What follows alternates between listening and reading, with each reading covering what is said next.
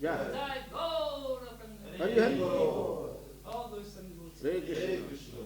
All glories and devotees. Hare Krishna. All glories and devotees. Hare Krishna. All glories, all glories. Shri Guru, Shri Guru. All glory.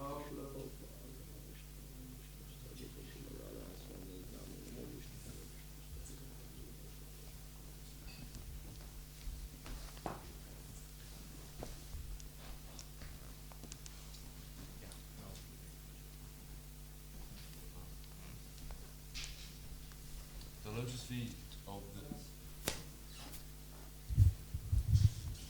the lotus feet of our spiritual master are the only way by which we can attain pure devotional service. I bow to his lotus feet with great awe and reverence. By his grace, one can cross the ocean of material suffering and obtain mercy of Krishna. My only wish is to have consciousness purified by the words emanating from his lotus mouth. Attachment to his lotus feet is the perfection that fulfills all desires. He opens my darkened eyes and fills my heart with knowledge. He is my Lord birth after birth. From him ecstatic prema emanates. By him ignorance is destroyed. The Vedic scriptures sing of his character. Our spiritual master is the ocean of mercy, the friend of the poor, and the Lord and master of the devotees. O Master, be merciful unto us. Give us the shade of your lotus feet. May your fame be spread all over the three worlds. We take shelter at your lotus feet.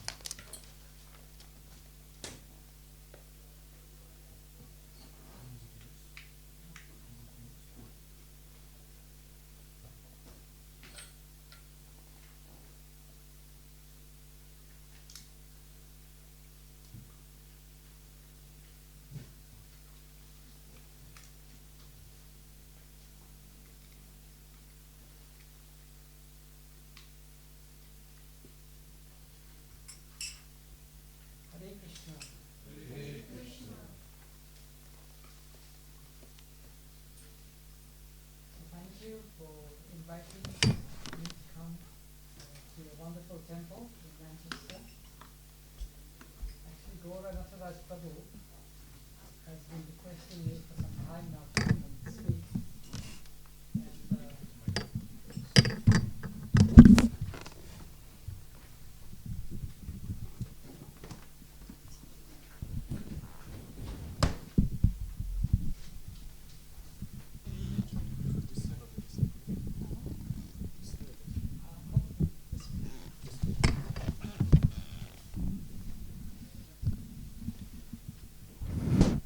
Hare Krishna.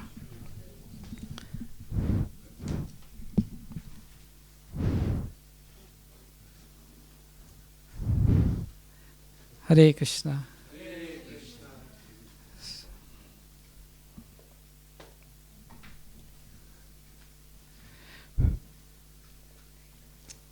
So thank you for inviting me to come and speak at your wonderful temple. Gaura Nataraj Prabhu has invited me a few times, and unfortunately because of other commitments I've not been able to honor his invitation. So I said I may as well come, and I proposed that we do a course called Saranagati.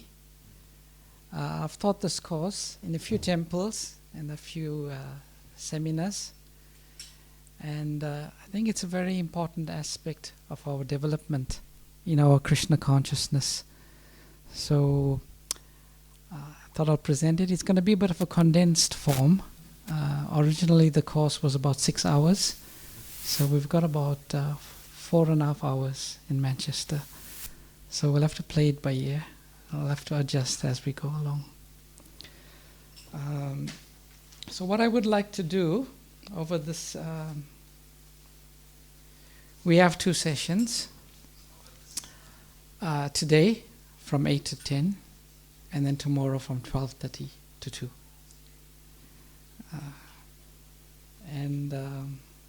What do we hope to cover over those 2 days? What does Saranagati mean? And why is it so relevant to our spiritual lives? What are the causes of surrender?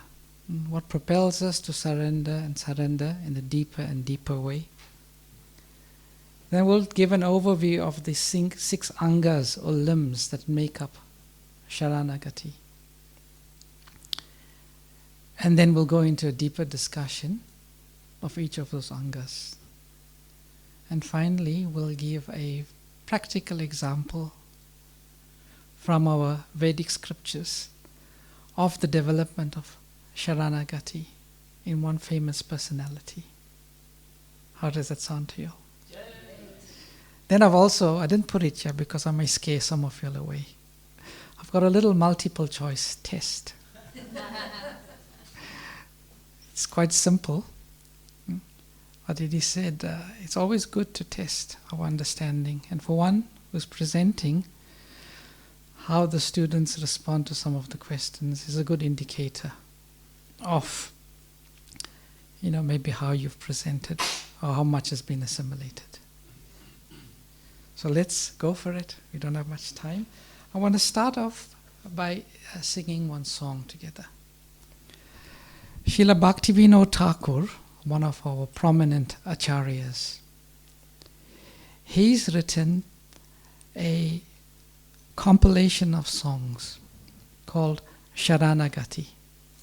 And actually there's 54 songs in this compilation. And it is a beautiful book because Srila Bhaktivinoda Thakur was a pure devotee of Lord Krishna. And also for a major part of his life, he was a householder and a magistrate. And in these songs, he reveals the inner core of his heart in terms of Saranagati. And what we do by reading these songs and singing these songs, we get an insight into a devotee who has attained the position of total surrender. So these songs are very relevant, and they are beautiful. They're really beautiful. So the very first song in this compilation of Saranagati is the song I propose we sing together, and which you'll have in front of you.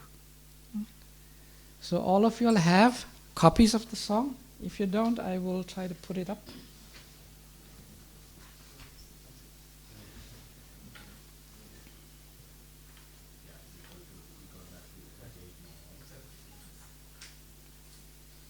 Krishna, Krishna, Krishna, Krishna. So, are there devotees watching online too? Yes. Yeah. So, for their benefit, so that they can see the screen. Yes. All right. So I'll do that. I'll put this up also, so they can also follow. I have a confession to make. I'm not much of a singer, but I'll attempt to sing the song because it's so relevant to what we are presenting. Shri Krishna Chaitanya Prabhu Jive Doya Kori Shri Krishna Chaitanya Prabhu Jive Doya Kori Swapashada Sriyadaman Sarvavatari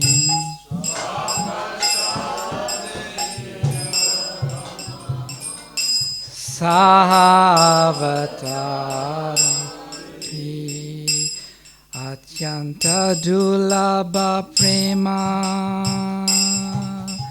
Kori Baredana Atyanta Dulabha Prema Kori Baredana Shikaya Sharanagati Bhakatera Prana Shikaya Sharanagati Bhakatera Prana Danya Atma Nivedana Goprit Vevarana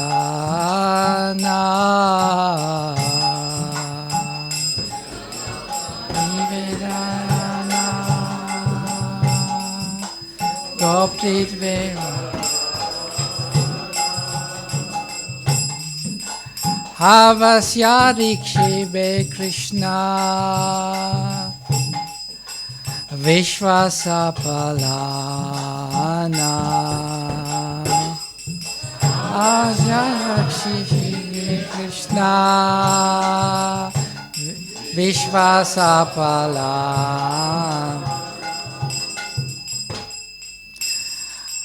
Bhakti Anukula Matra Kariye Svikara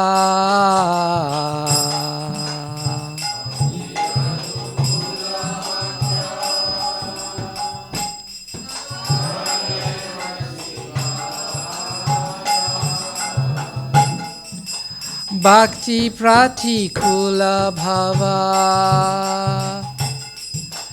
Varjana Jikara Bhakti Pratikula Bhava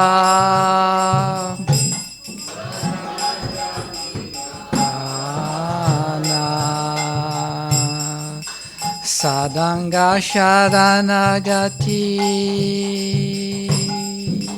Hoy Bejara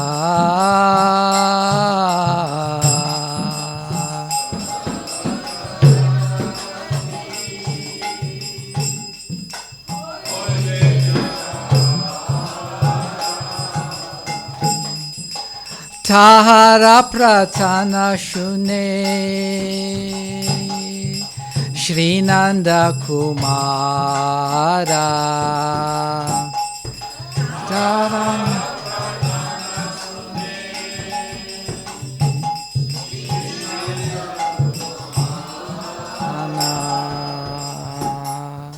Rupa sanatana pade Dante trinakori Pasanatana pade Rupa sanatana pade Dante trinakori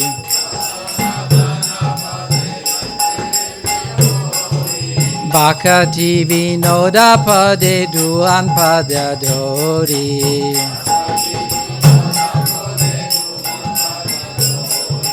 Kandiya kandiya bole amito adama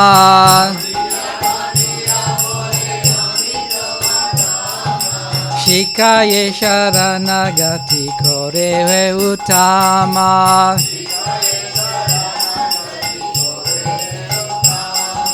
Shikaye sharanagati kore utama Hari bol, Hari bol, Hari bol, Nittai Gaura Hari bol.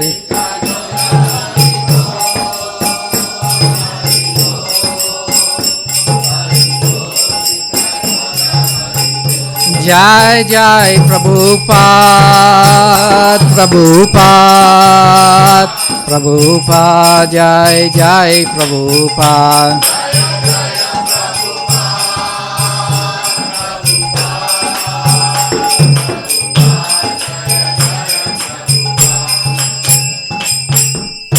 Gaura Premanande, Srila Bhaktivinoda Thakur ki, Sharanagati ki jai. So the translation.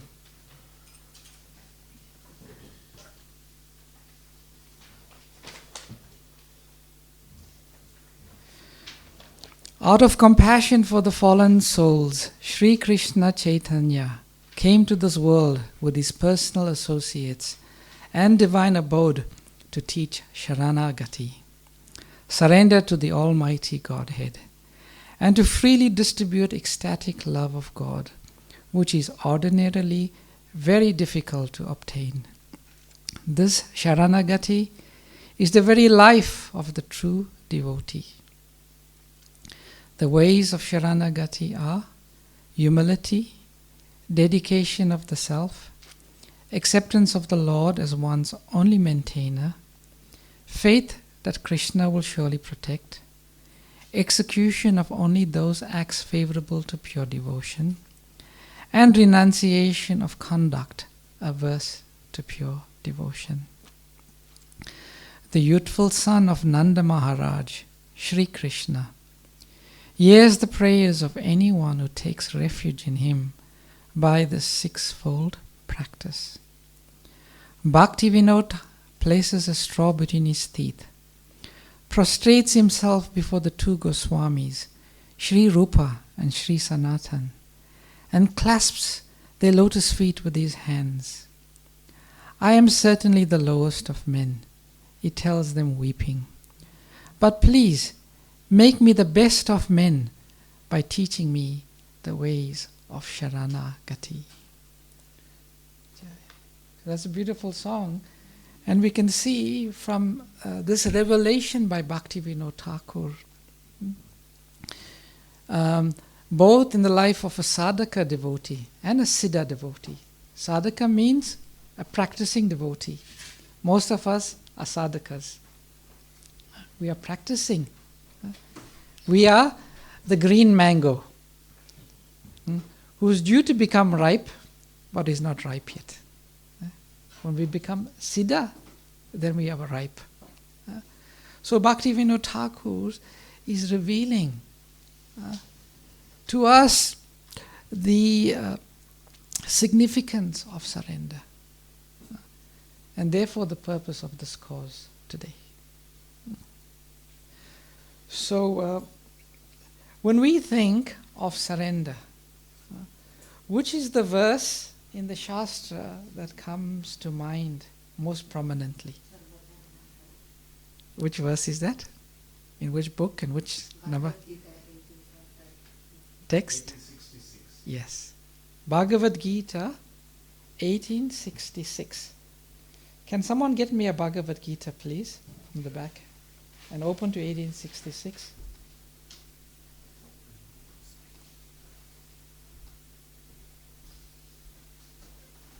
Shall I Yeah. take the verse? Hmm? Okay, I'll read. So 1866 is the verse. You can all repeat it after me. Sarva dharmam parityajam mamekam sharanam raja aham tvam sarva pabebhyo mokshasyami ma suchaha. Translation. You can say together. Abandon all varieties of religion and just surrender unto me.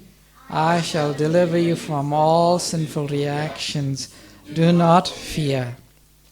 So this is accepted by all of the great acharyas to be the conclusion of the Bhagavad Gita. Krishna spoke so many things to Arjuna. And eventually Arjuna says, okay, Lord, you've spoken so many things. Now give me just the conclusion of everything you've spoken. And then Krishna says, just abandon everything you've heard. Abandon everything you've been taught. Abandon everything you've been practicing. And simply surrender unto me. I shall deliver you from all sinful reactions. Do not fear. So the final instruction of Krishna is surrender. Actually, the whole Bhagavad Gita is about surrender. It starts off with surrender. Arjuna saying, Karpanya dosho pahata swabhava prichami tvam dharma samudacheta yakshreya nistitam bruritan me shishyasteham sadimam tvam prapanam. Prapanam means surrender. So Arjuna, in his perplexed state in the beginning of Bhagavad Gita, he says, now I've lost all composure due to what? Miserly weakness. And I do not know what is good for me. You please instruct me. Now I am your disciple and a soul surrendered unto you. That's where Bhagavad Gita starts. So Arjuna says, yes, I surrender unto you. But still he was not prepared to fight. So Krishna had to take him on a journey. Had to take him on a journey from the point where he said, I surrender unto you, but he was not quite ready for full surrender. And Krishna takes him all the way to complete surrender. So we'll read the purport because the purport reveals the core verse of what we're going to be discussing in our seminar here. So purport. The Lord has described various kinds of knowledge and processes of religion. Knowledge of the Supreme Brahman, knowledge of the Super Soul, knowledge of the different types of orders and statuses of social life, knowledge of the renounced order of life, knowledge of non-attachment, sense and mind control, meditation, etc. He has described in so many ways different types of religion. Now in summarizing Bhagavad Gita, the Lord says that Arjuna should give up all the processes that have been explained to him. So Krishna is almost playing with him here, isn't it? So I taught you all of these things, explaining. I just forget all that I've told you. He should simply surrender to Krishna. That surrender will save him from all kinds of sinful reactions, for the Lord personally promises to protect him. In the 7th chapter, it was said that only one who has become free from all sinful reactions can take to the worship of Lord Krishna. Thus, one may think that unless he is free from all sinful reactions, he cannot take to the surrendering process.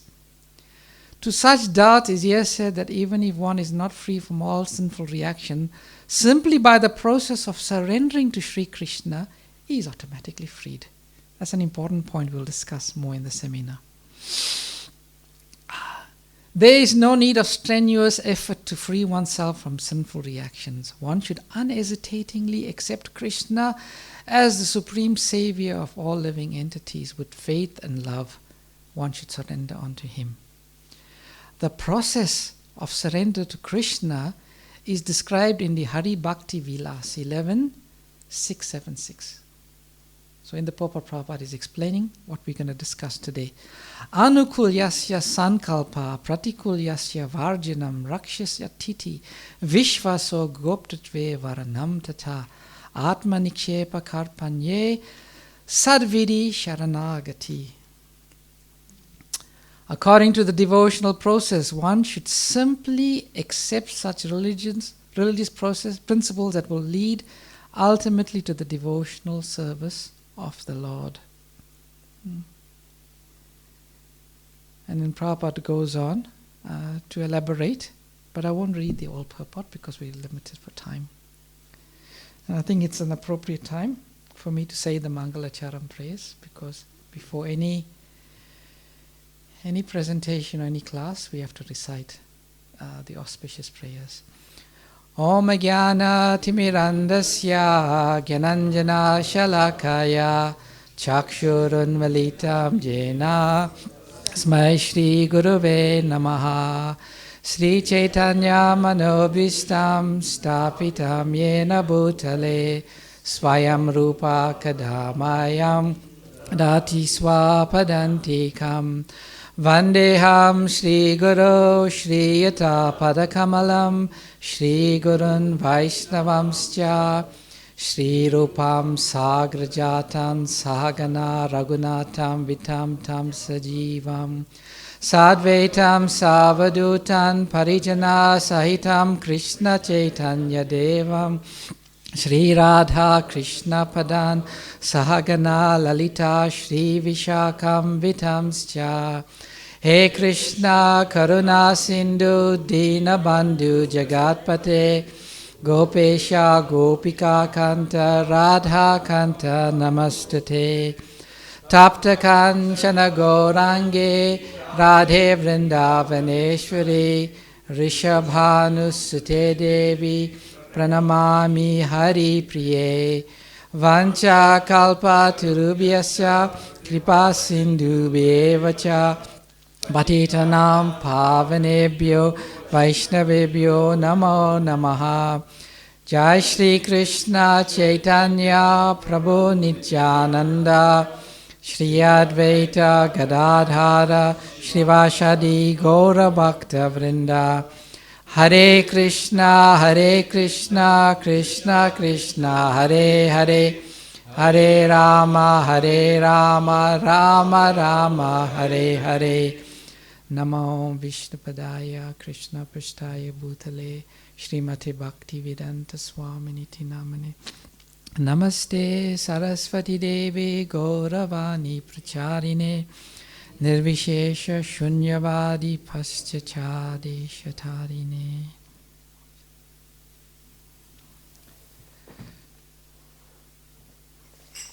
So, surrender, this Saranagati.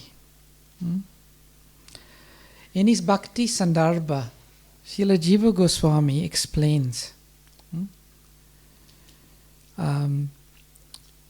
that by surrender, one can attain all perfection in life.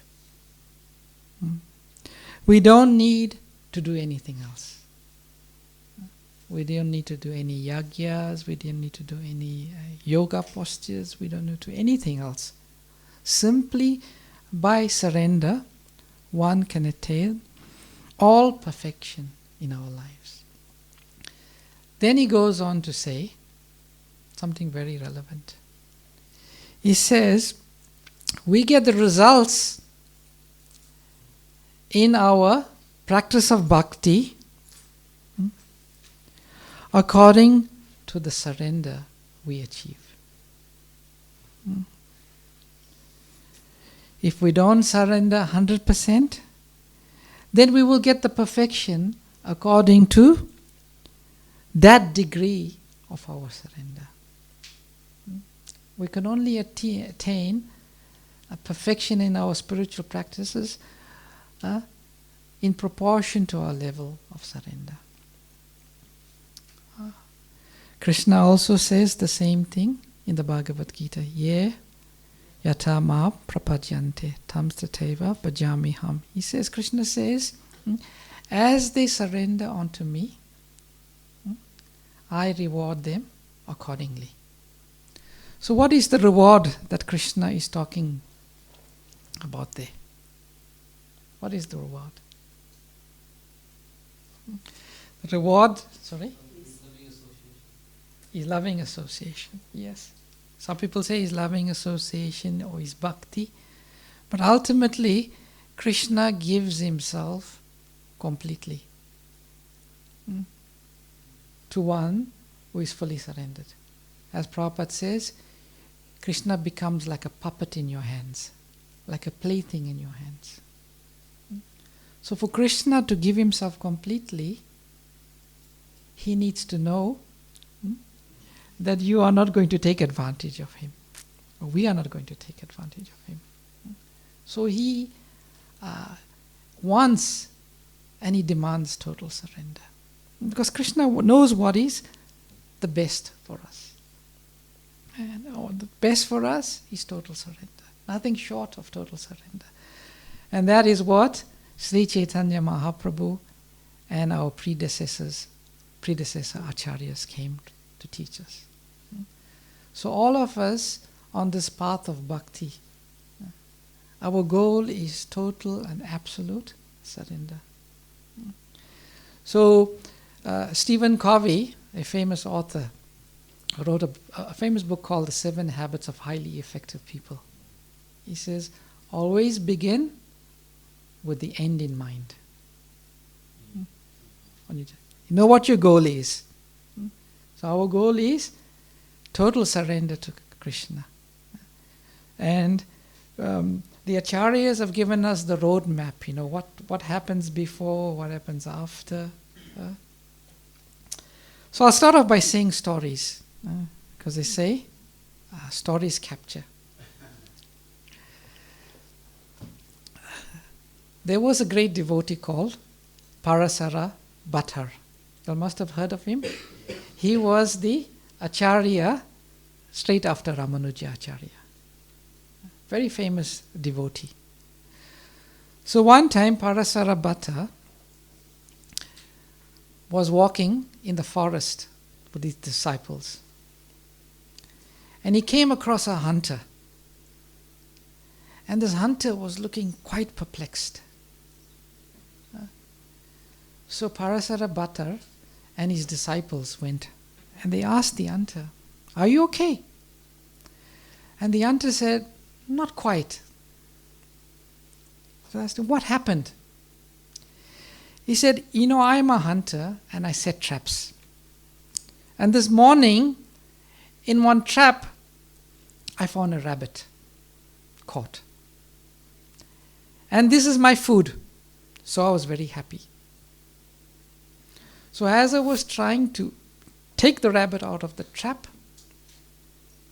this rabbit went round and round and round my feet. And then he stopped and then he placed his head on my feet. And he said, "I don't know what happened to..." This is the hunter speaking. He says, "I don't know what happened to me. My heart melted. There was no thought of killing that rabbit or eating that rabbit. And he said, that's why I'm so perplexed." And the moment he said that, Parasara Bhattar fainted. And eventually the disciples revived him. And they said, "Guru Maharaj, what happened there?" And then the Guru said, "Here is a cruel hunter. And here is a rabbit, an animal who doesn't know much. And the rabbit surrendered. And the hunter melted.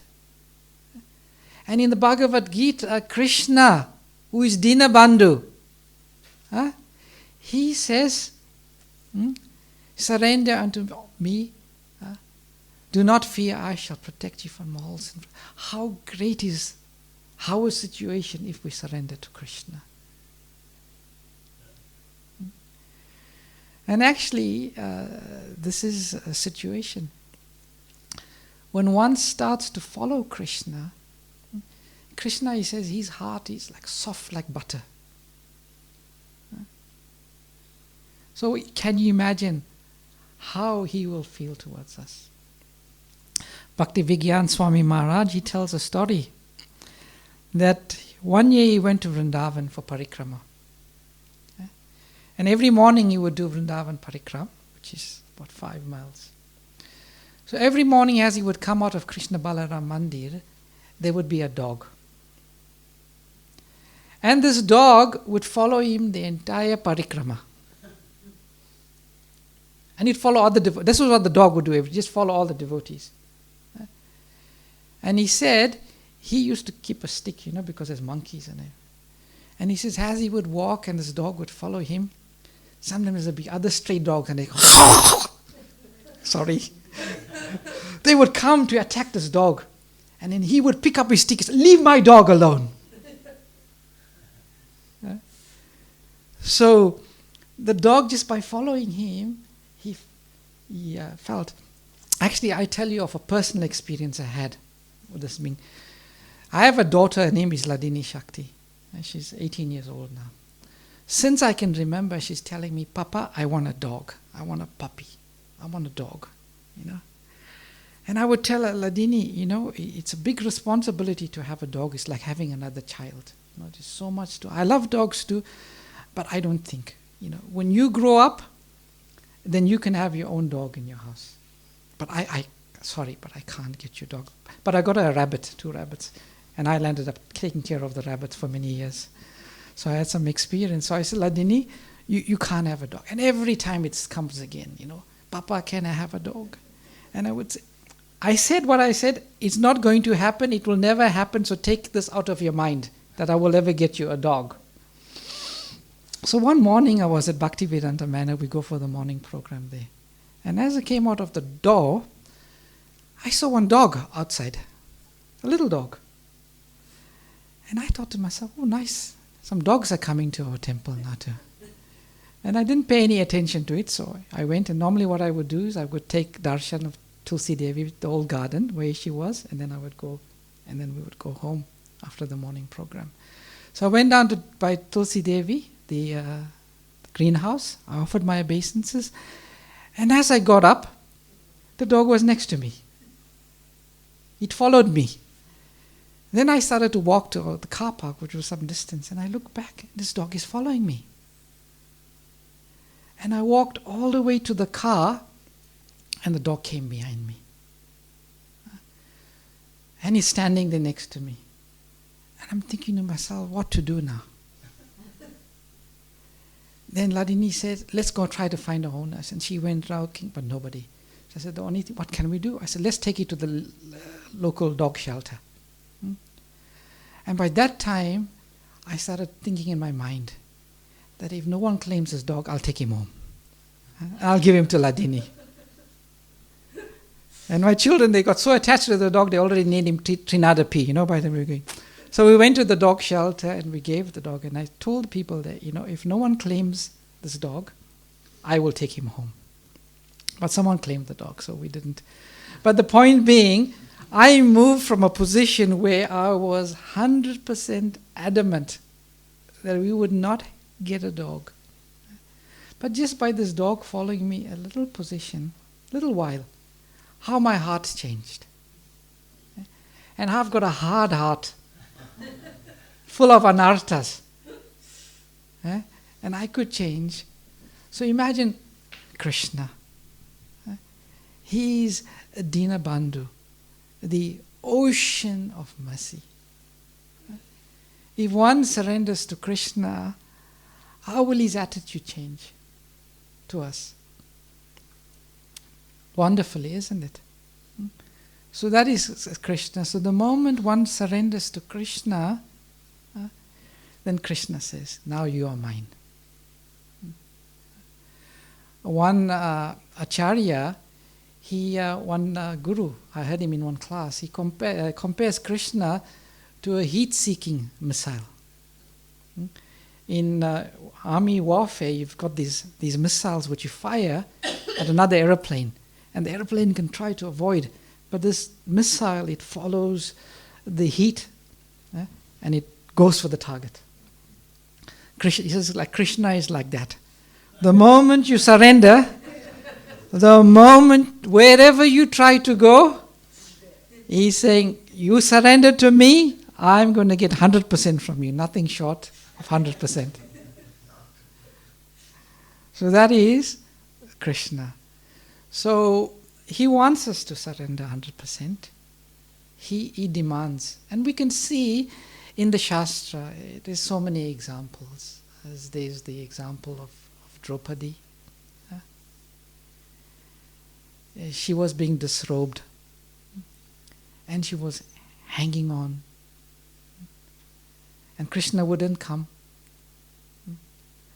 And at the very last moment, when she let go, and she says, Hey Govinda, Hey Krishna, then he came.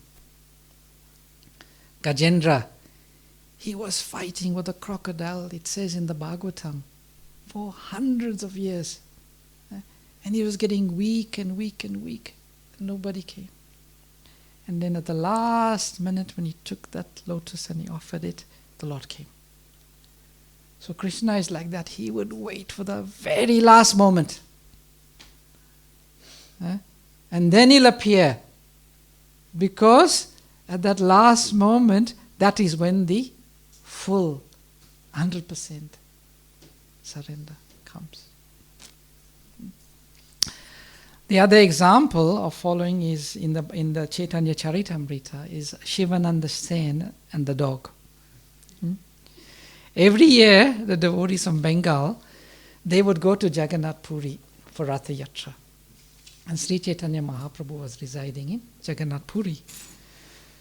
So Shivananda Sen was such a great devotee that he would make all arrangements for 200 devotees. He would pay for their boat fare. He would pay for their prashadam. He would arrange for their accommodation. He would do that every year. The great Shivananda Sen. For all 200 devotees going for Ratha Yatra in Puri. And one day, they had 201. One dog. He decided to come from Bengal to Puri with the devotees. And it is explained in the Chaitanya Charitamrita that this dog, Shivananda Sen, took made all arrangements for the dog. He gets his prashadam, he's well taken care of. But one night, the dog disappeared. And he sent 200 men, it says, to look for the dog. But they couldn't find the dog. And he felt very despondent because now the dog became part of his company. And then eventually they went to Jagannath Puri. And when they reached Jagannath Puri, lo and behold, what do they see? They see the dog sitting next to Chaitanya Mahaprabhu. And Sri Chaitanya Mahaprabhu is giving the dog. I think there was a nice picture I had of that.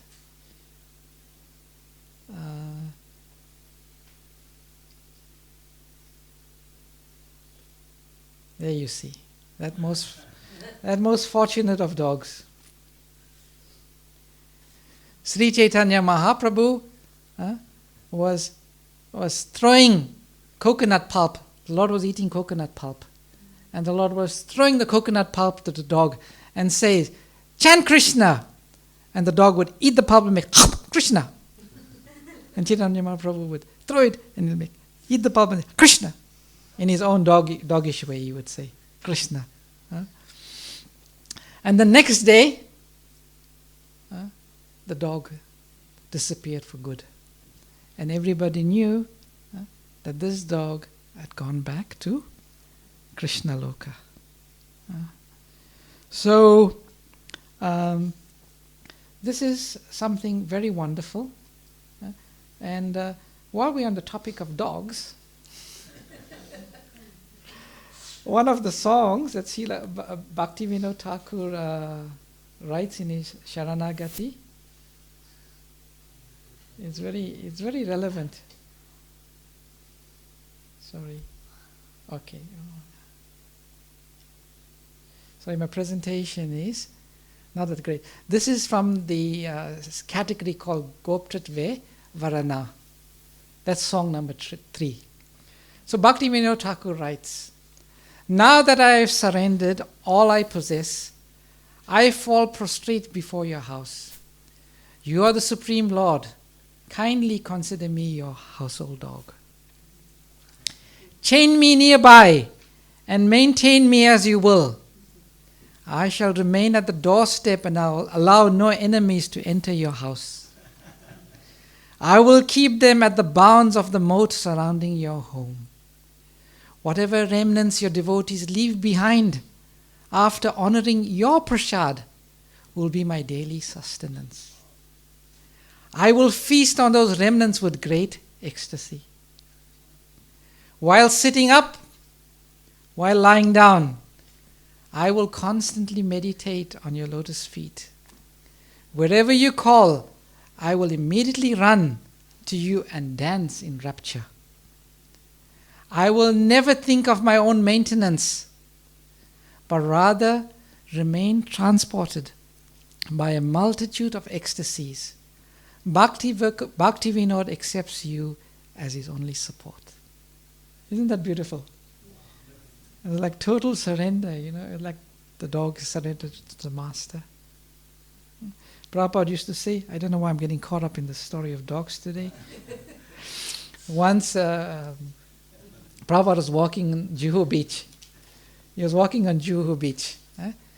And there were some stray dogs. They looked very scrawny and, very lost. And then there was another dog came. He's like prancing and walking like this, and he was fat, And he was at the end of a leash. And Prabhupada said, you see, what is the difference between, he was pointing to the stray dog, that dog, and he was pointing then to the fat, jolly dog, and that dog. He said, that dog has got a master. That's why he's so happy. He said, in the same way, when we have Krishna as our master, all happiness and perfection is there. So surrender is the essential message of the Bhagavad Gita. Krishna is saying, don't worry. And if someone is still worried about their maintenance, about their protection, that is crazy, isn't it? But we are like that. Krishna is saying, do not worry, I will protect you. He says, Krishna says, do not fear. And the reason is because we lack surrender. Because we lack that surrender, there is fear for our maintenance, there is fear for our protection. There are so many things that come in our way. So Krishna is wanting full surrender. I just want to read, I'm laboring the point a bit, but in Brihad Bhagavatamrita, there is one very nice passage. Those who have read Brihad Bhagavatamrita, it's the story of Gop Kumar. And Gop Kumar goes on a journey through various places, and eventually he lands up in Goloka Vrindavan, and he meets Krishna. And Krishna has been waiting for him. And as soon as he arrives, Krishna is there to welcome him back to the spiritual world. So Krishna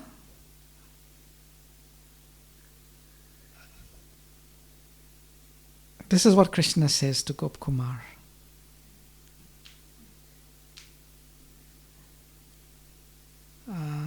Okay, it's not that one. Sorry, just bear with me.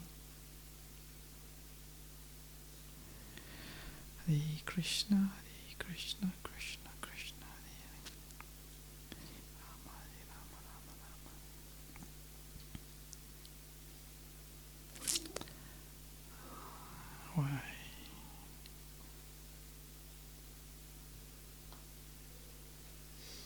Sorry, I don't know why I'm not getting it.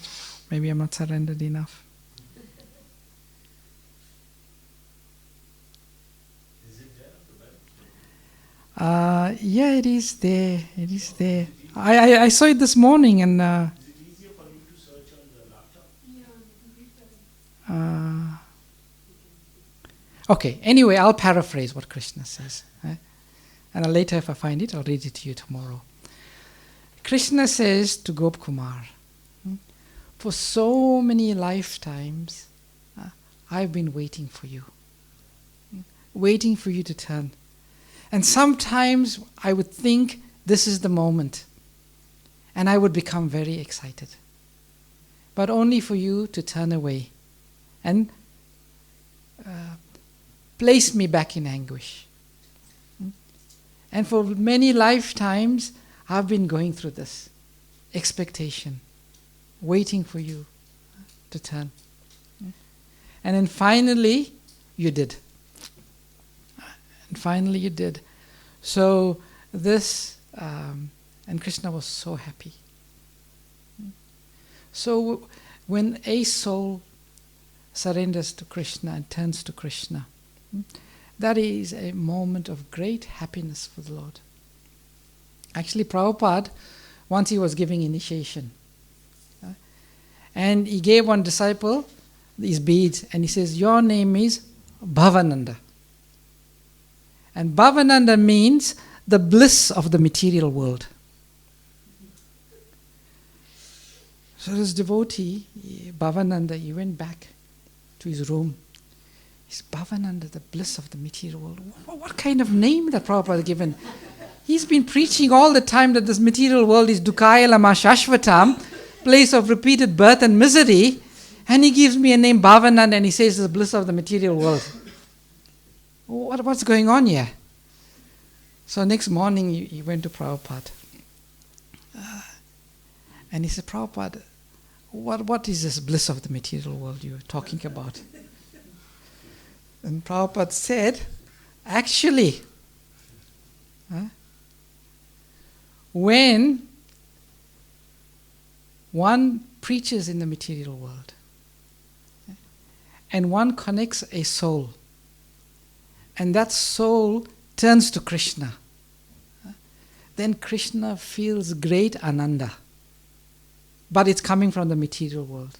Therefore it is Bhavananda. Because another word for the material world is Bhava. So Prabhupada says, Bhavananda means preaching. And Krishna feels great bliss when there is preaching in the material world. So that's why, one who does preaching activities, it's very, very wonderful. It's great surrender. So Saranagati, it comes from the word Sharanam. Sharanam means shelter. So we take shelter of Krishna. So for this shelter to take place,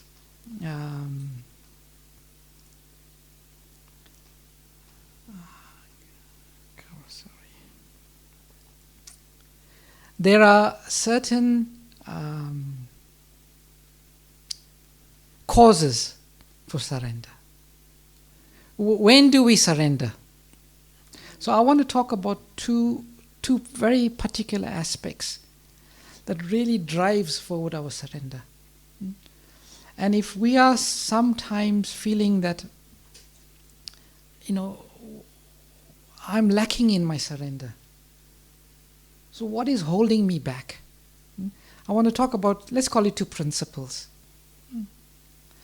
The first principle, Prabhupada says, is one can only surrender to Krishna in a true and in a sincere way when one is completely fed up of the material world. When you start to feel, I just can't move in this place. I am completely constrained. I can't take it anymore. I had it. This is enough. This is enough. Only when you reach that point of total frustration, exasperation that I've had enough of this material world, then will that surrender become genuine? Just like Arjuna, right? He was giving so many examples, if a fight and the men are killed, there'll be Vana Sankara, then untold population, and so many things he was giving. Right? But eventually, he felt, his bow fell from his hand, his body was trembling, he was perspiring, and he could see no way out of his dilemma. Then he says, I surrender to you, Krishna. So in the same way, as long as one devotee once, I remember when I first came to Krishna consciousness, he told me, you can't have your legs in two boats. You can't have one leg in one boat and another leg in the other boat. What would happen? The boat goes up and you'll do the splits and you'll end up in the water. You can't. You can't. And we have to come to the point to feel, what? I don't belong here. This is place dukkaya lamashashpatam. It's completely miserable. And I can't stand it. That's the first point. And unless we've come to that point of understanding our true position in the material world, we will be trying to have our feet, our legs in both boats. Agree? Yeah, agree. So that's why Krishna, he gives the devotee misery. I forget the verse, but it's a very famous verse where Krishna says, when I feel particularly merciful on a particular devotee, what does he do? He takes away everything up to the point that they feel exclusively dependent on him. In the Bhagavatam. I got that verse somewhere. I can bring it up later. Krishna says that. He wants us to feel exclusively dependent on him. So he'll take away everything. Even Queen Kunti prays the same. Let misery... I'll show a video at the end. There's a nice video, the prayers of Queen Kunti, because it's a nice example of a devotee's mood of surrender. So she prays, my Lord, let more and more miseries come. Because when these miseries come, I think about you. I surrender to you. So that's the first aspect that pushes us towards surrender. And the other one is a bit more esoteric, but is equally important. And it is the fundamental point about our own consciousness. And this is the understanding that our happiness can only come from Krishna's happiness. We try to attain happiness through so many external means. But the core aspect of our Siddhanta is don't try for our own happiness. If you want to be happy, just strive for Krishna's happiness. Because when Krishna is happy, then automatically we become happy. And Prabhupada used to give a few analogies. He says, like this finger, we'll think, why must I put the food in the mouth? Why can't I have the food? But it can't. The food has to go through the mouth, and then when the mouth takes the food, it gets digested and passed on, then the finger gets nourished. The same way is when the tree, the leaf thinks. So the leaf thinks, oh, I want, but the leaf knows only if the root is watered, I will get. And the perfect illustration of this particular point is the pastimes in Mahabharata. I won't say the whole pastime, but Durvasa Muni came. He wanted Duryodhana, he will get the Pandavas in a fix. Just when all the meal was finished, they came, although Draupadi had the boon, but if she ate, then she couldn't cook anymore. And they went to take their bath, and Draupadi was saying, if Durvasa comes, he's going to be so angry, and we're going to be cursed. And in that moment she prayed to Krishna, and Krishna came, And the Akshay Patra took one grain, ate it. The moment the grain went in the mouth, Durvasa Muni and all of his disciples felt that their bellies were overflowing with food. Just by Krishna taking that one grain. So, when Krishna is pleased, then we become happy. This is the very simple secret of happiness that Srimad Bhagavatam and all of the Vedic scriptures give. But the living entities, even ourselves who have not surrendered, we still have this notion that some happiness can come outside of Krishna's pleasure, out of Krishna's happiness. But the pure devotees, the fully surrendered devotees, they have fully grasped this fundamental point, that our happiness comes from Krishna's happiness. So let me surrender my whole life for Krishna's happiness. Actually, Prabhupada, he gave one nice statement he made.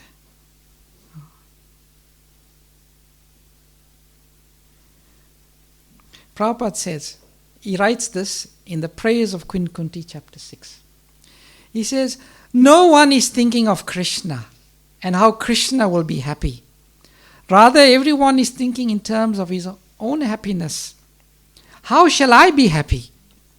How will my children, how my community, my society and my nation be happy? Everywhere we shall find this.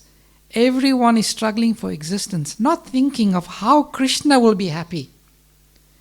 Krishna consciousness is very sublime. We should try to understand it from Srimad Bhagavatam and Bhagavad Gita and try to engage our senses for the service of the master of the senses, Rishikesham Sevanam, Sarvapadi Vinirmuktam Tat Paratvena Nirmalam, Rishikenam Sevanam Bhakti Uchyate. Then we shall actually be happy. The verse starts off with Sarva Upadi. We have so many upadis. I am mother. I am nurse. I am finance manager. I am father. I am football player. We have so many upadis, designations that we have taken on. But this verse says Sarva Upadi Vinirmuktam Tat Paratvenam Nirmalam. You give up all of these upadis and you serve Rishikenam Sevanam Bhakti Uchyate. You serve the master of the senses, Krishna. That's the verse Prabhupada used to quote quite often. So those are two fundamental principles, and they are very core to the whole process of surrender, to the surrendering process. So we'll move on. And just from a practical point of view, the importance of surrender. Like every day we chant. We chant on our beads. Hare Krishna, Krishna Krishna, Hare Hare, Hare Rama, Rama Rama, Hare. The efficacy or what we get out of our chanting is based on our mood. Our mood, and Prabhupada says, what should the mood be? The mood should be like a child crying for its mother. But if one is thinking, I am okay, I am fine, while chanting we're multitasking, what will I do after japa session? Yeah, already compiling your to-do list in your mind, for the whole day. But once Sutapa Prabhu from the Manor, he gave a very nice class. He says, what should our mood be when we're chanting? He said the mood should be the mood of a beggar. I am not husband, I am not engineer, I am not doctor, I am not son, I am not father. But when I am chanting, what am I? I am a beggar. That is my designation. That is my only upadhi. When I am chanting, I am a beggar. I am begging Krishna to please engage me in his pure devotional service. So this whole process of surrender, it's so relevant even in our daily practice of our chanting. So, everything comes from surrender. It's the foundation. That's what Jiva Goswami says. This Saranagati, it is the foundation of our spiritual life. If there is no Saranagati, it's like you're firing empty bullets. There's no effect. But when they surrender, there's a mood, then the effect is there. Okay, shall we move on? So now let's go to the verse. What are the 6 aspects of surrender? You've given out that verse, Prabhu? Not yet. I will distribute. Yeah, can you distribute it, please?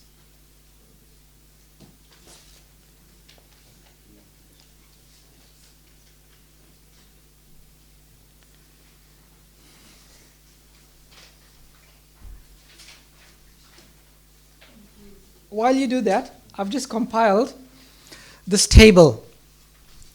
This table will... okay, let's do the verse and then we can talk about it.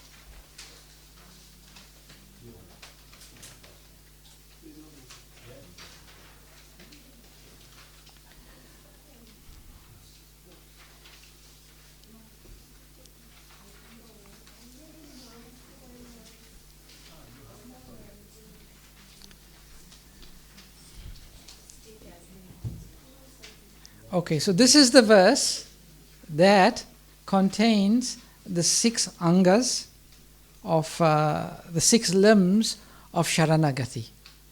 We've read it in the purport of Bhagavad Gita. We've read it in the translation of the song of Bhaktivinoda Thakur. But in its own, we should learn. And I would recommend to the devotees, if you can learn this verse, because I just wanted to ask that in your test also for tomorrow. So let's say it together. Anukalyasya sankalpa pratikulyasya varjanam rakshasya titi vishvaso goptritve varanam tata atma nikshepa sarpanya sadvidha sharanagati. So translation.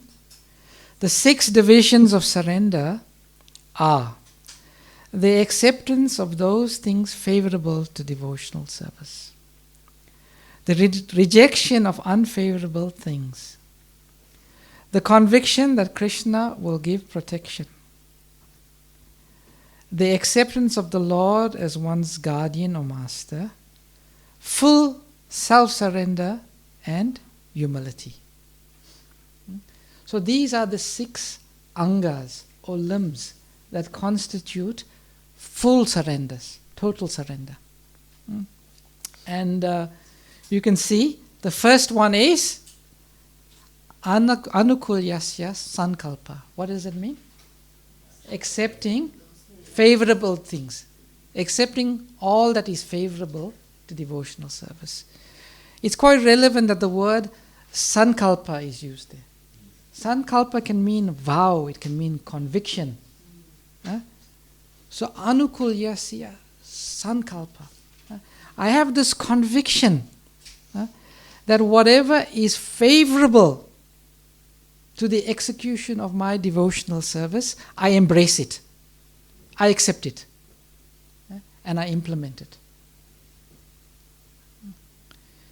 Then the second one is pratikulyasya varjanam. Pratikul. Prati means anything, and varjanam, complete rejection. Whatever is unfavorable, that I reject. We'll get to the interesting point a bit later. How do we know what is favorable? And how do we know what is unfavorable? That's the $1 million question, isn't it? And our mind will convince us what is favorable or not. Prabhu, no problem. You can have that. It's won't die. So the mind will do so many things. So we will come back, but that's the starting point. Then the next one is Rakshasyatiti Vishvaso. Vishvas actually means, it's strong conviction, it also means trust. Vishvas, trust. I place my trust. So that is that the trust, the complete conviction that Krishna will give me protection. I don't need to look anywhere outside of Krishna for my protection. And the next one is Goptritve Varanam Tata, the acceptance of the Lord as one's guardian or master. Actually, in the Bhakti Sandarbha, Srila Jiva Goswami says that this Goptritve Varanam Tata, this is Angi, this is the main aspect of Saranagati, of surrender. That the acceptance of the Lord as one's guardian or master. Full surrender is the next one, Atma Nikshepa, and Karpanya we know is humility. And we will discuss each of these aspects in more detail till the end of the course. So, full surrender and humility. So these are the 6 aspects of Saranagati. Now I compiled this a table, because in our study of the devotional scriptures, we hear about the 9 stages of pure devotional service from Shraddha to Prema. Then we know the 6 characteristics of pure devotional from the study of Nectar of Devotion. Kleshagni Shubhada Moksha Laguta Krit Sudullabha Sandrananda Visheshatman Sri Krishna Karshini. Those are the 6 characteristics of pure devotional service that Rupa Goswami states in the Bhakti Rasamrita Sindhu. And then we know the 9 processes of devotional service: Shravanam, Kirtanam, Vishnu Smaranam, Padasevanam, Archanam, Vandanam, Dasyam, Sakyam, Atma, Nivedanam. So we have the 6 limbs of surrender. And Jiva Goswami says that this is the foundation. Although they are even, we say from Shraddha to Prema, it's more condensed versions of faith or Shraddha, but that's also underpinned by surrender. And 6 characteristics. The first 2 characteristics there is sadhana bhakti, 3 and 4 is bhava bhakti, and 5 and 6 is prema bhakti. Those are the characteristics that appear according to Nectar of Devotion. So this surrender is the foundation of our spiritual lives, of our Krishna consciousness. So let's go now into this aspect of anukulyasya sankalpa, pratikulyasya varjanam, accepting all that is favorable and rejecting all that is unfavorable. That's the start. Now, I'll make the point here, probably. You will notice that each of these aspects, it correlates to 3 faculties we have. The 3 faculties is the mind, the intelligence, and the ego. Right? So the first 2 pertain to the faculty of the mind. Now, what is the nature of the mind? Accepting and rejecting. That is the nature of the mind. Constantly accepting, rejecting, accepting, rejecting, accepting, rejecting. This is good for me, that is bad for me. This is good for me, and that can change at any moment. That's the nature of the mind. So the first aspect of Saranagati is for the devotee to say, you know what? Hands up. I really do not know what is good or what is bad for me. I've trusted this mind of mine for many lifetimes. And where has it got me? Huh? Where has this mind got me? So many lifetimes I trusted it, relying on it to inform me on what is good and what is bad for my life. But I've always landed in the ditch. So enough. Hands up. From today, I no longer decide what is good, what is bad for me. Who decides? Krishna, you. You decide what is good, what is bad for me. I surrender to you. And Krishna, when one surrenders, this instruction is about what is good and what is bad comes in the form of Guru, Sadhu, Shastra. Or Hari Guru, Vaishnava. Hari Guru, Vaishnava. We say, okay, you decide what is good for me, and then we take the instructions of the spiritual master. Now, in the Nectar of Instruction, Srila Rupa Goswami gives us, and in the Nectar of Devotion. In the Nectar of Devotion, he gives positive injunctions, so many, and negative prohibitions. Whole list of negative prohibitions, whole list of positive injunctions on what we should do. But he gives some very concise ones in the Nectar of Instruction. What is bad for us and what is good. And he says, Atyahara prayaschascha prajalpo niyamagraha janasangascha lolyam cha sadbir bhaktir vinaschati. One's devotional service is spoiled when he becomes entangled in the following 6 activities. Eating more than necessary is not good for us. Collecting more funds than necessary, not good, not favorable. Then, over-endeavoring for mundane things that are very difficult to obtain. That iPhone XR is just, you don't have to search where you get it. Over-endeavoring, spending hours every night, where is the cheapest deal, to get the best. And it goes on. We can just get so caught up. Over-endeavoring for mundane things that are very difficult to obtain. Next one, talking unnecessarily about mundane subject matter.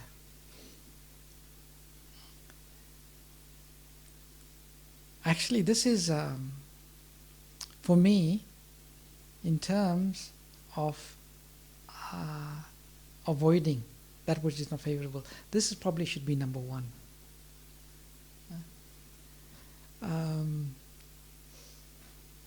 I don't know, there's some potency in this temple. Last night, when I was dreaming, I kept hearing this thing in my head. Don't criticize devotees, don't criticize devotees, don't criticize devotees. When I got up this morning, my consciousness was, don't criticize devotees. I don't know, you've got some potency in this temple here, Prabhu. It just brings out your anarthas, I think. Yeah, there's sadhuninda. Sadhuninda is blaspheming devotees. This is probably the worst. You can do all the favorable things, you do sadhuninda, and you negate everything. For practicing the scriptural rules and regulations only for the sake of following them and not for the sake of spiritual advancement. Or rejecting the rules and regulations of the scriptures and working independently or whimsically. 5, associating with worldly minded persons who are not interested in Krishna consciousness. And 6, being greedy for mundane achievements. So Rupa Goswami, there must be some reason he picked out those 6, isn't it? Huh? Yeah, spot on, isn't it? So maybe I should pause here. I just feel like maybe I've been speaking too much for a while. Maybe we'll just take some reflections from the devotees so far on what we've spoken about. Anyone likes to, how you should picture reflections, right? If you walk out on the road now and somebody meets you and they say, Balaram, where were you? Oh, I was in the Saranagati seminar there. Okay, Balaram, just tell me something you've learned. You know? So, some reflections, that's how you take a reflection. Is this something that's been said so far that's stuck in your mind? So I'll open up the floor to the devotees to share some of the reflections. The Bhagavad Gita starts with surrender and ends with surrender. Okay, that's stuck for you. Yeah, that's... We never think of it like that, isn't it? No. Yeah, that's really very nice.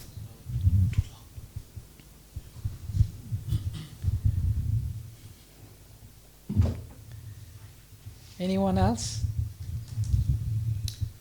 Puji, can I? Yeah, sure. Puji, in these 6 limbs that you mentioned, Yeah. that the middle one, it says the everything Vishwas that Krishna will always protect. Yeah. I think that's where, personally speaking of me, and talking other devotees, I think that's where, we generally lack that faith, that Saranagati, that we have too much faith in everything else except for Krishna. That, all these things will help me, but maybe Krishna, he's not that powerful to help me. I think maybe it's conditioning for all this birth after birth, of doing everything else except for surrendering to Krishna. So, would you like to elaborate on that particular point, where, why we are not able to give that, cultivate that faith that Krishna will definitely protect me. Why we are not able to. You asked the reflection, maybe I'm just asking the question. Actually, I think it's a very relevant reflection you had, because it's something we all grapple with on our journey to full surrender. It's all. My personal thoughts, and we'll discuss this in more detail tomorrow. It is actually the influence of the false ego, as Krishna says in the Bhagavad Gita, Prakrite kriyamanani gunai karma sarvasa hankara vimudatma kartam iti manyate.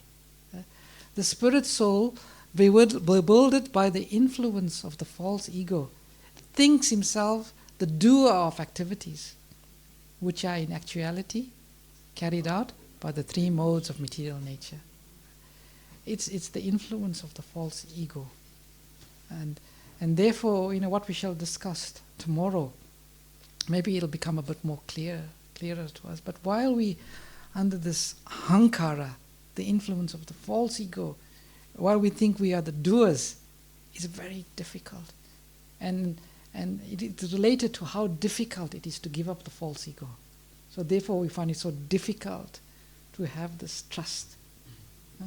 And we'll have more discussion about that tomorrow, but essentially that's my personal thoughts on that.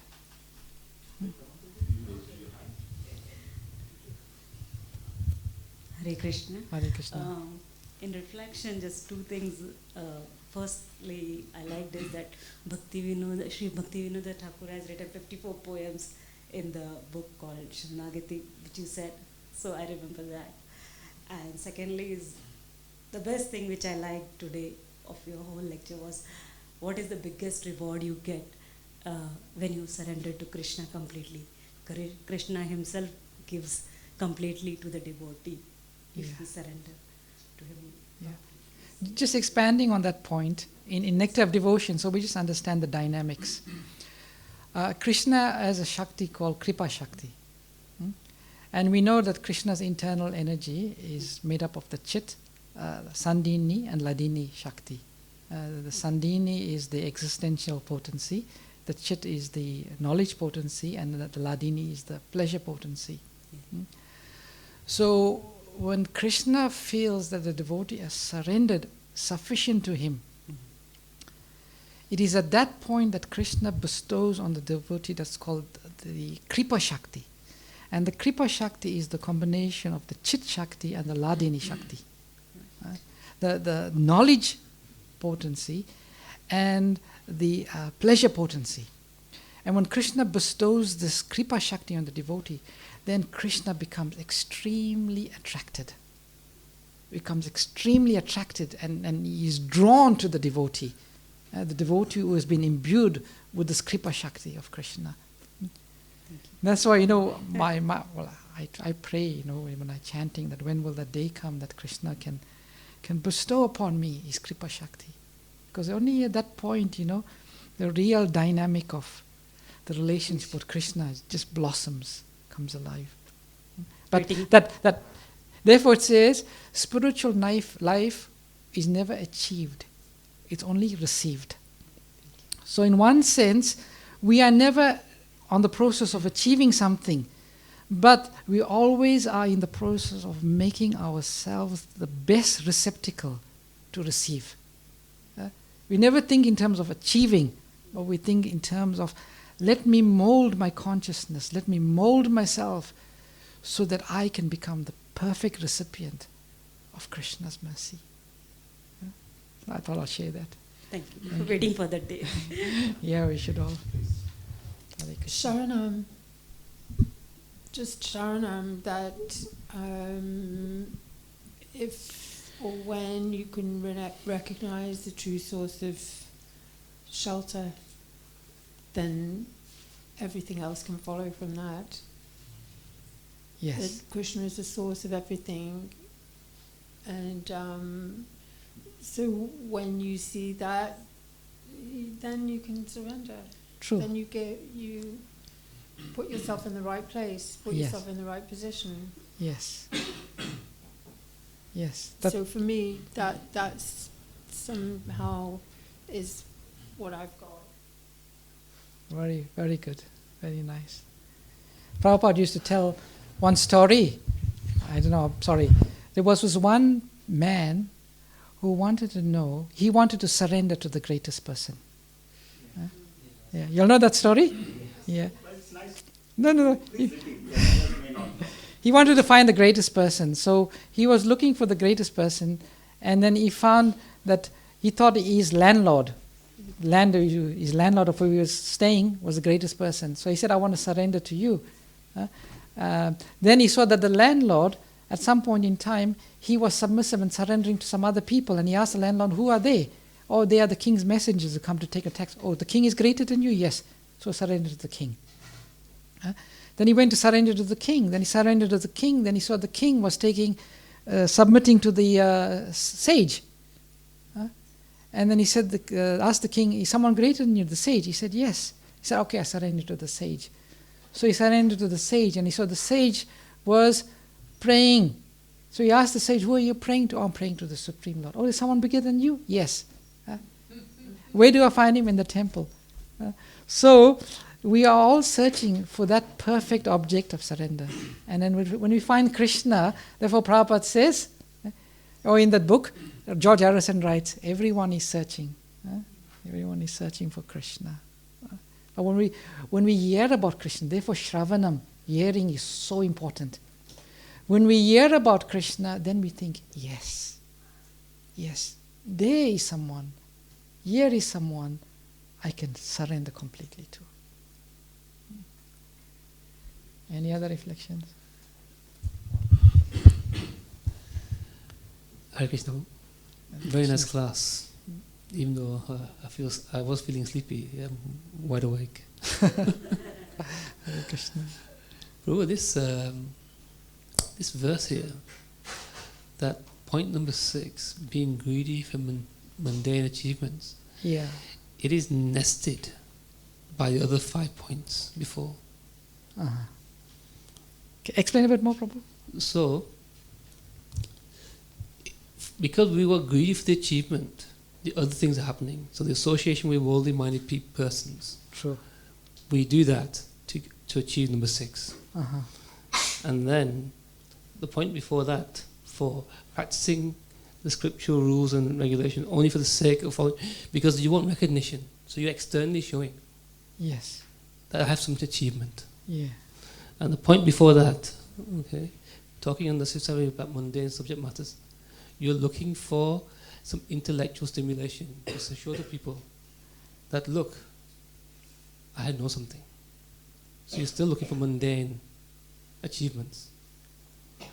So in this way, they're all nested. That's a very good point. But the point number 6, that's the real problem. I'm greedy for mundane achievements. And that's why Bhaktisiddhanta Saraswati Thakur, he says, adoration, he compares it to the dung of a bull. Yeah. And this verse very nicely is telling us why it's that comparison. Very good point, Prabhu. Hare Very Krishna. good. Thank you. Thank you. Thank you. Any other reflections from any devotee? Yes, Mataji. Okay.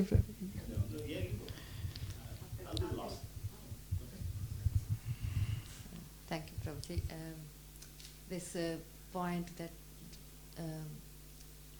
accepting and rejecting, that's the mind's job to do. And the point you mentioned that just simple thing that keep the hands up and, to shut the mind and, let me listen to Hari, Guru and Shastra. Yes. That is a simple step, but the mind plays so much. Let's do this, that have some comfort for this body, and the extended family. So to overcome that, and just to follow the Hari Guru Shastra, we need to feed that every day. Yeah. That's Bhagavatam is, coming here is the Very, very, very nice, Mataji. What you said is actually very, very relevant. I had one slide here which I want to, because I've noticed previously when I've given this course, some devotees have become despondent, thinking, "Oh, it's too much." But this is something very important. Surrender is nothing abrupt. It develops gradually. Yeah. Our hearts are full of anarthas, and they are preventing us. As we practice the process of sadhana bhakti, anartha nivriti, as these anarthas go, then automatically, if we practice good sadhana, it's automatic that our surrender will deepen. So if one is practicing Krishna consciousness for 20, 30 years, and one asks the question, but why isn't my surrender not deepening? We should ask ourselves, what is it about my practice?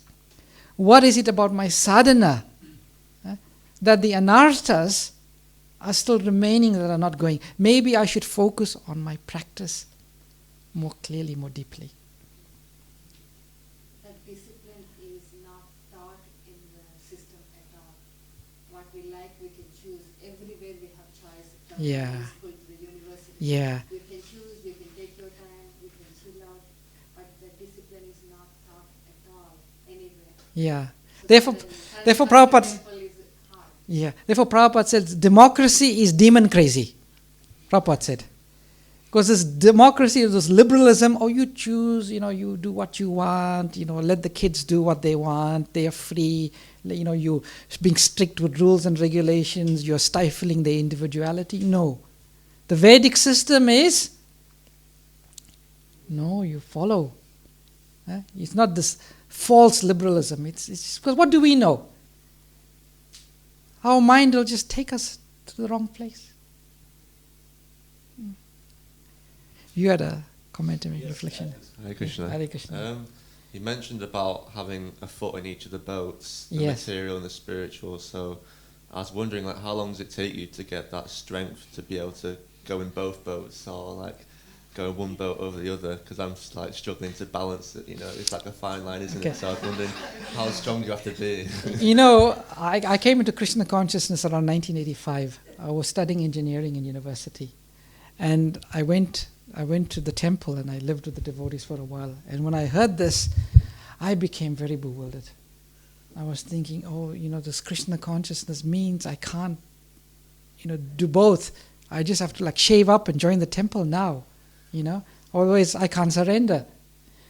The thing about these 6 limbs, it is not what we do, it's a state of consciousness. Saranagati, these limbs we're talking about, is actually a state of consciousness. But obviously it's linked to activity.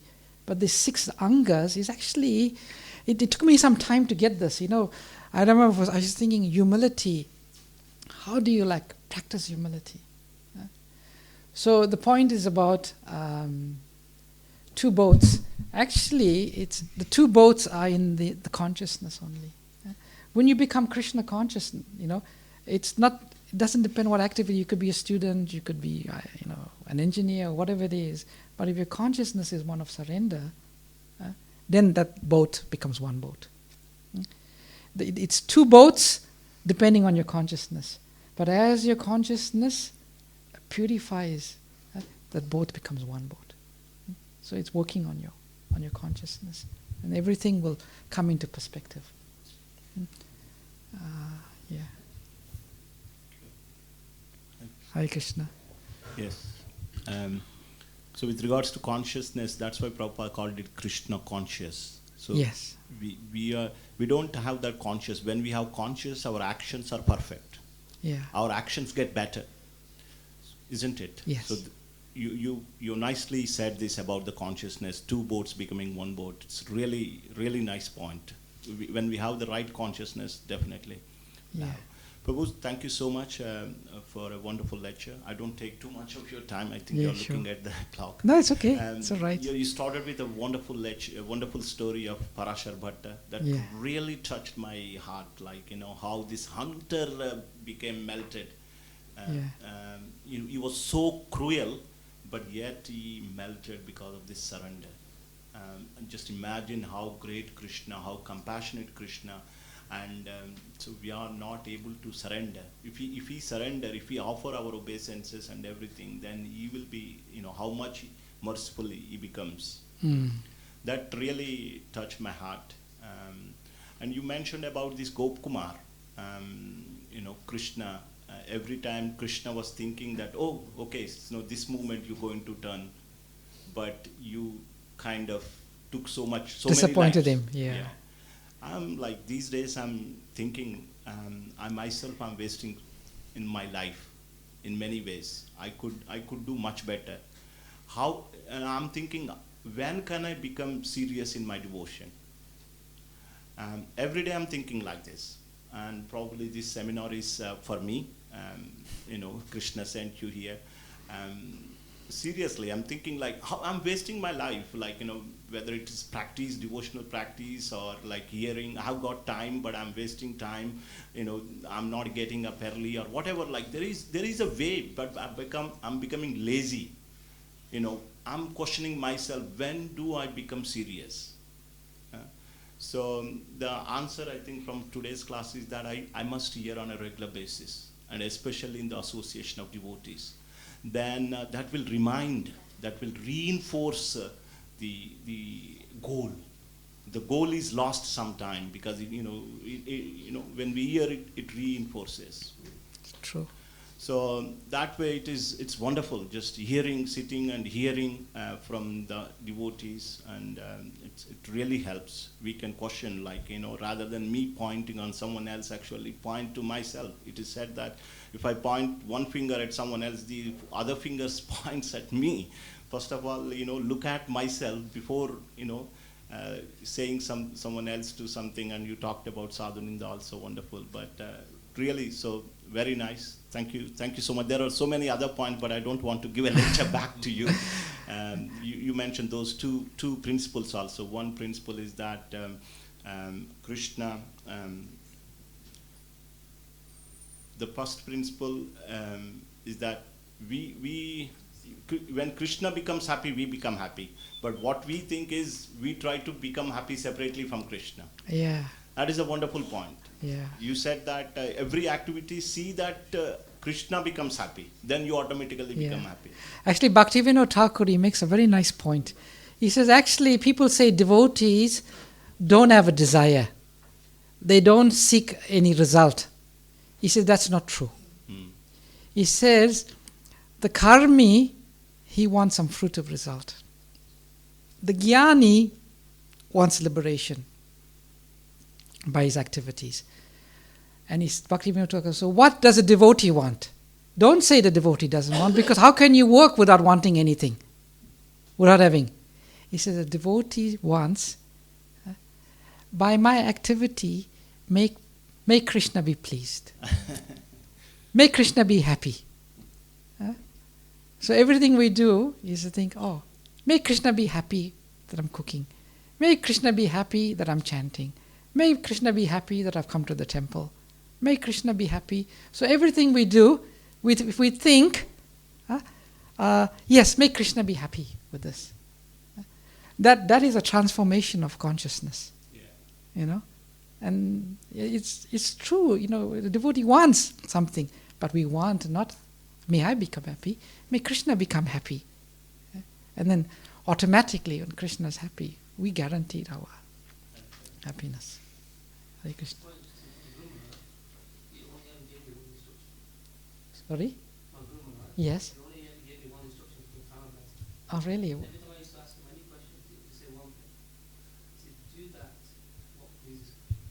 Ah, so nice. Krishna.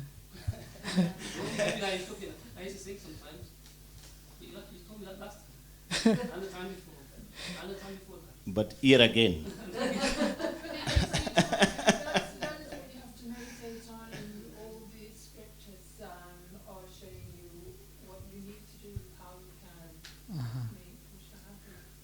Yes. Like this lady said, if you surrender to the Bhagavad-gita, surrender to the teaching, then you find the way. Yes. All of the previous teachers, the previous great devotees, they've left the way for us. All we have to do is look at the lives of the great devotees. That's why Srimad Bhagavatam is there. We look at the lives of the great devotees, we can. It's not that, they say, you don't have to reinvent the wheel. It's all there, the great devotees, that's what they say, they've laid the path to liberation or to complete spiritual. Liberation is a bit of a misnomer for us. Yeah. Okay, shall we move on? I'll just say a few more, then I'll show a video. Because I see maybe getting tired. So rejecting that which is it's Rupa Goswami. We'll just briefly read if you want to know what we should reject.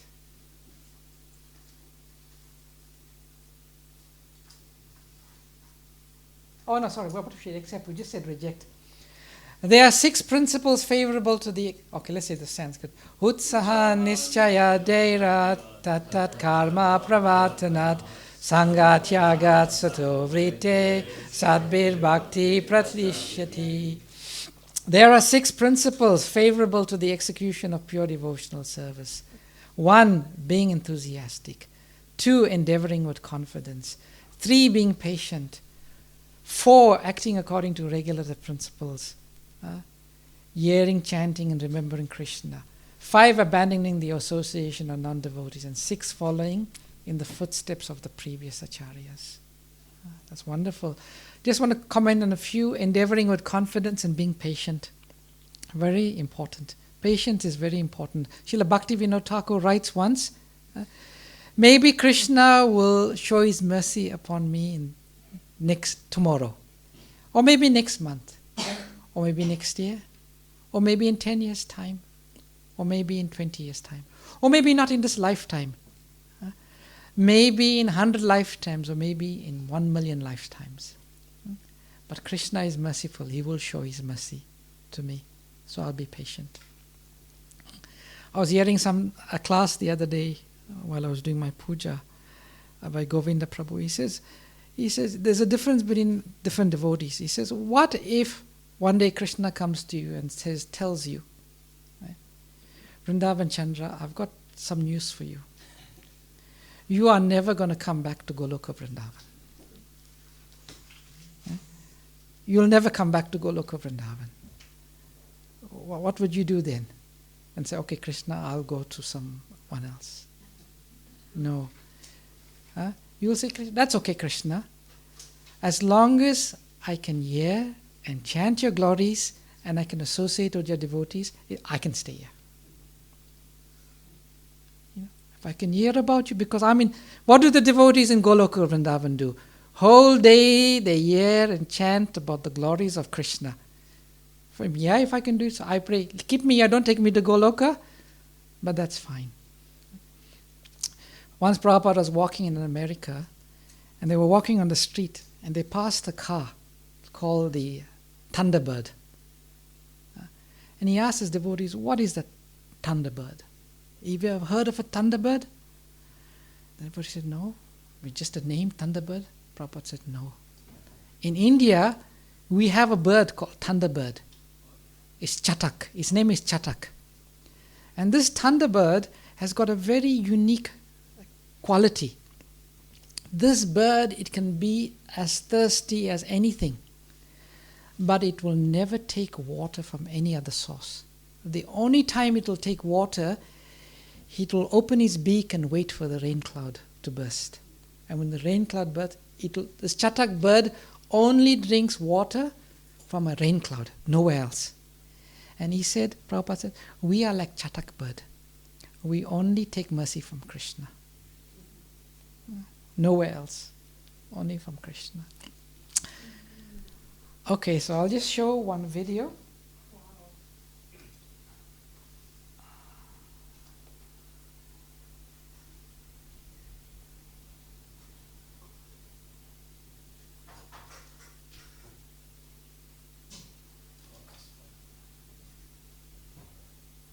Oh, there's no sound. The sound. You need the sound, Prabhu? You need to put the jacket. Yeah, yeah. Okay, sorry, maybe.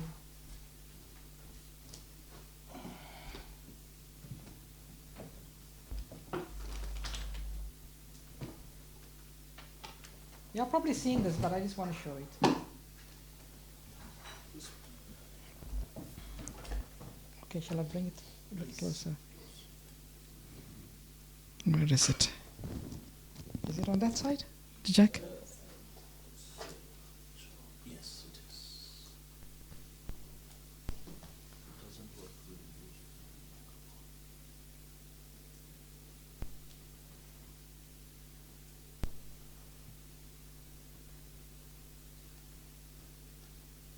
Oh.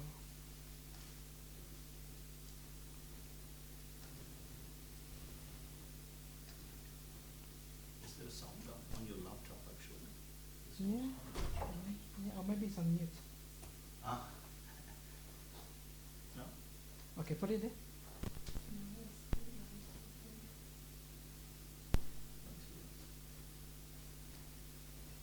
Okay.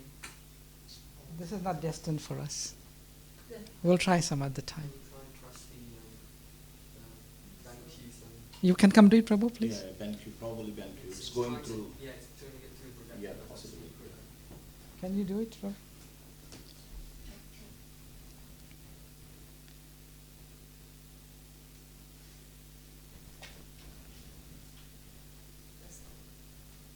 Speakers, okay. Okay. Okay, let's start it.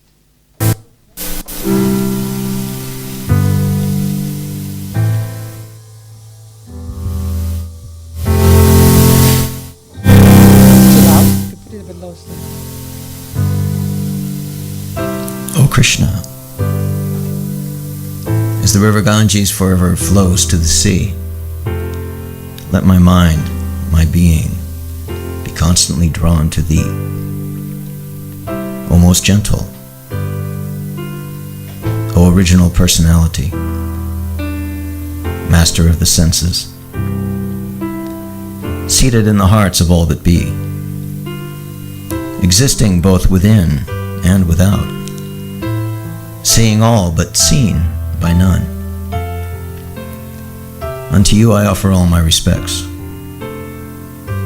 O Krishna, O soul of the universe, beyond the range of our perception, covered by the curtain of misconception, we are bewildered by your movements. Though you work, you are inactive. Though you take birth, you are unborn. And though you descend amongst men, sages, animals, and aquatics, you are the transcendent reality.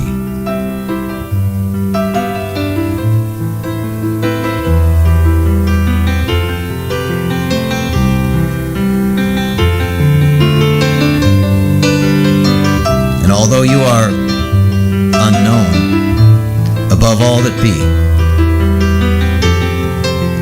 you reveal yourself to the surrendered souls who worship you in the core of their hearts.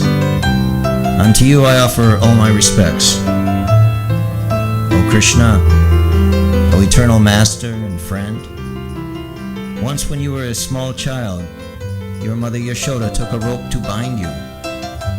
Your perturbed eyes filled with tears, and though fear personified was afraid of you, at that moment you were afraid. How can I understand these things? O my Lord, I offer all to you. O Lord, whose glance is as cool as a lotus, who protected us from a great fire, from a poisoned cake, from cannibals, from the vicious assembly of the Kurus, from sufferings and exile, from a fierce battle, and from a devastating weapon. You befriended us and stayed with us and guided us through all tribulations. I offer myself and whatever I have unto you. My Lord, your loving kindness and mercy often come clothed in strange guises, enveloped in a shroud of tribulation. Yet our journey through life is made easy by these hardships you provide. O Lord, let us not falsely claim that this world is our home.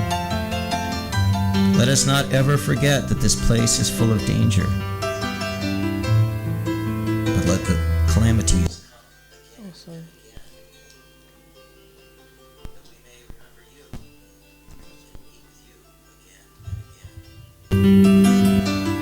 For by remembering you, we no longer meet with repeated birth and death. O Krishna, those who always hear your glories, who always repeat your glories, who always see you in all things, and who always take pleasure in your pastimes, certainly find shelter at your lotus feet.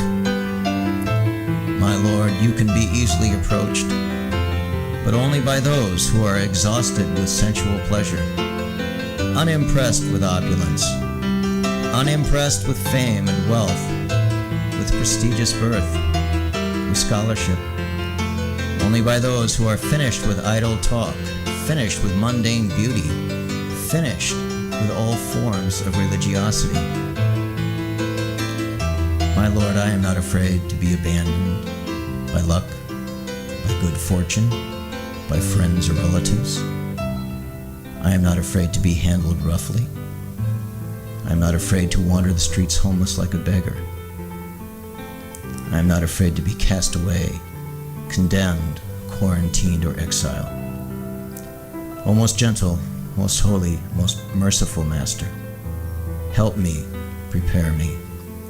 Do whatever is necessary to render fit this unworthy soul for entrance into your eternal abode.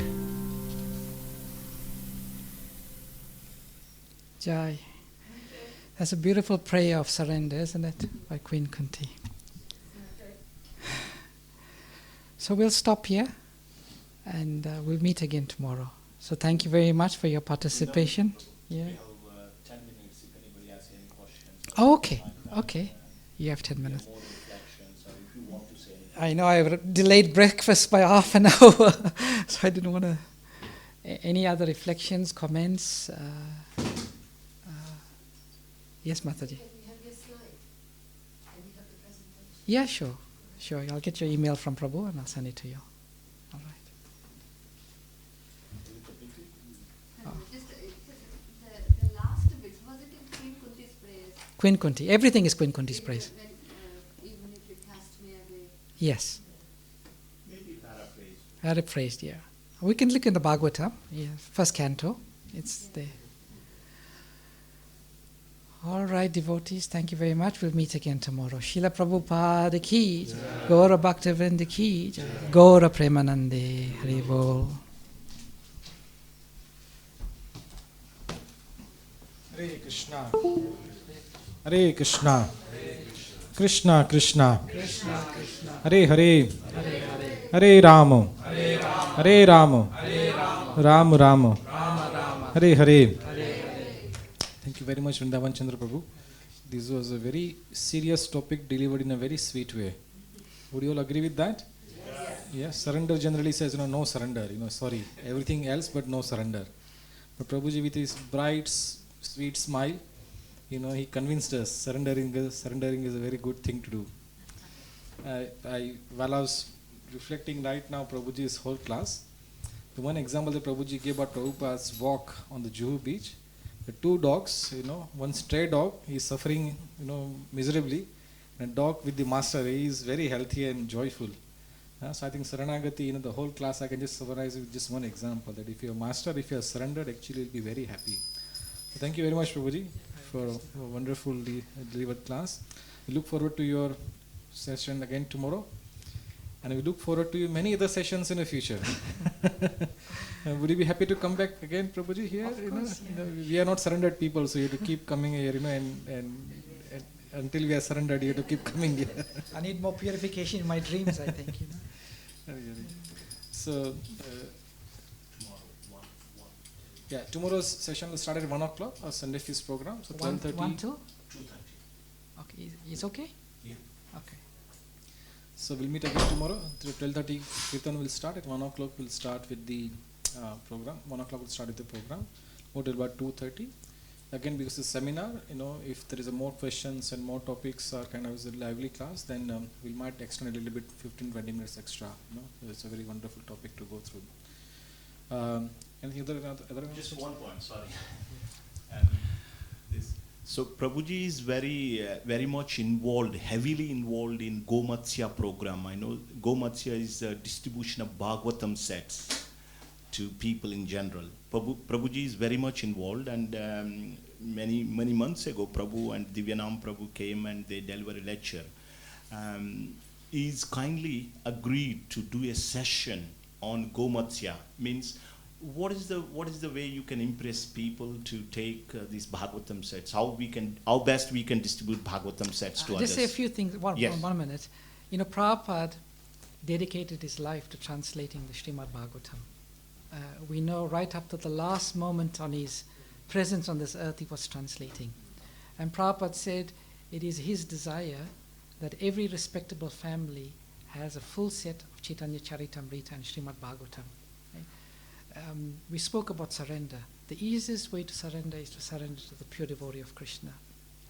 So Prabhupada has given many instructions. If we make those instructions ours and we try to fulfill it, all success will be there. So Prabhupada really wanted those books, sets of Bhagavatam to go out. And we can speak a bit more about Bhagavatam. So, we've had some success where we, in Bhaktivedanta Manor, over the last 2 years, I think we've distributed about 350 sets of Srimad Bhagavatam. Yeah. And we want to communicate and share our learning and our experience with the other communities. So if you like and you want the time, I can share some of our experiences, and maybe Manchester can become the next place to really put out Bhagavatams and Chaitanya Charitamrita out there. Yes. So Prabhuji has kindly agreed to do a little session for those who are willing to come and attend and learn some of the tips. That will be from 4 till 5 in the evening tomorrow, after Prasad. Is that okay, Prabhu? Yeah, 4 till 5. Yeah? So thank you. Hare Krishna. Hare Krishna. Hare Krishna. This is something for us to do now. We have heard from Prabhuji. Now what we can do now.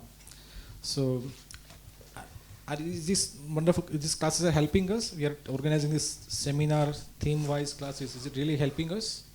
When we come here and say, "Oh wow, good I came here," but there are many devotees.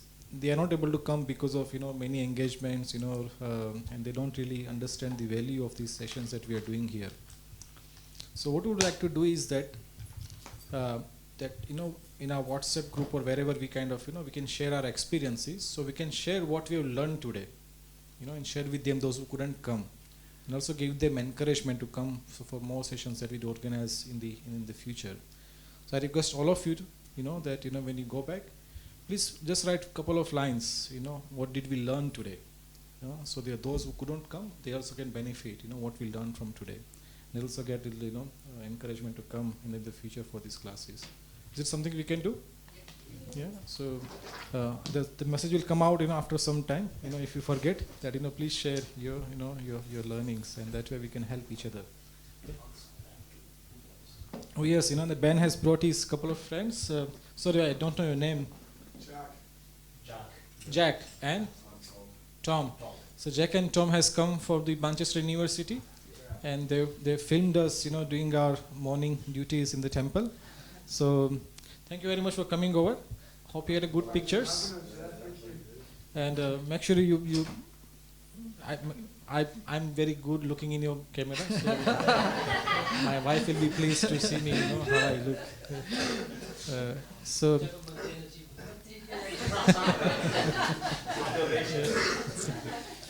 So thank you very much for coming today. I know today you were busy with your camera, but some other time you want to just come and enjoy, without any camera, please do come. You're most welcome. I think you're a very good friend in the form of Ben. So just be with him and just surrender to him, and he will take you. Okay. Hare Krishna. Srila Prabhupada ki jai. महाप्रसादे गोविंदे महाप्रसादे गोविंदे नमो ब्राह्मणी वैष्णवे नमो ब्राह्मणी वैष्णवे स्वल्प पुण्यवृतं राजन् स्वल्प पुण्यवृतं राजन् विश्वासो नैवृजायते विश्वासो न विजायते शरीरार विद्याजाल जड़ेन्द्रिय ताहे काल जीवे फेले विषय सागरे तारु मध्य जीवाति लोभो माय सुदुर्मति ताके जेता कठिन संसारे कृष्ण बड़ा दयामय कोरी बार जीव जाय स्वप्रसादन दिलो भाई शयनामृत पाओ राधा कृष्ण गुण गाओ प्रेमे राखो श्री चैतन्यताय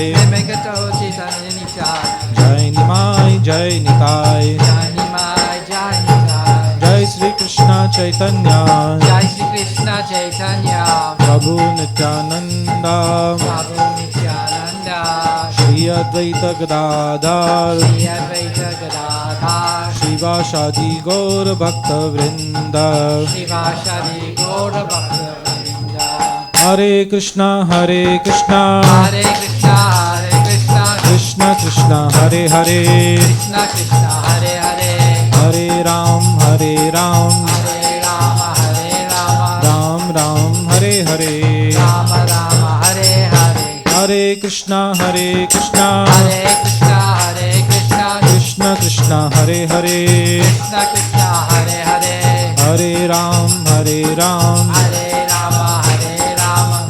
राम हरे हरे हरे कृष्णा कृष्ण कृष्ण हरे हरे हरे राम राम राम हरे हरे श्री राधा गोकुलन श्री पंचतीर्थ महाप्रसादम की जय। गो प्रेमानंदे।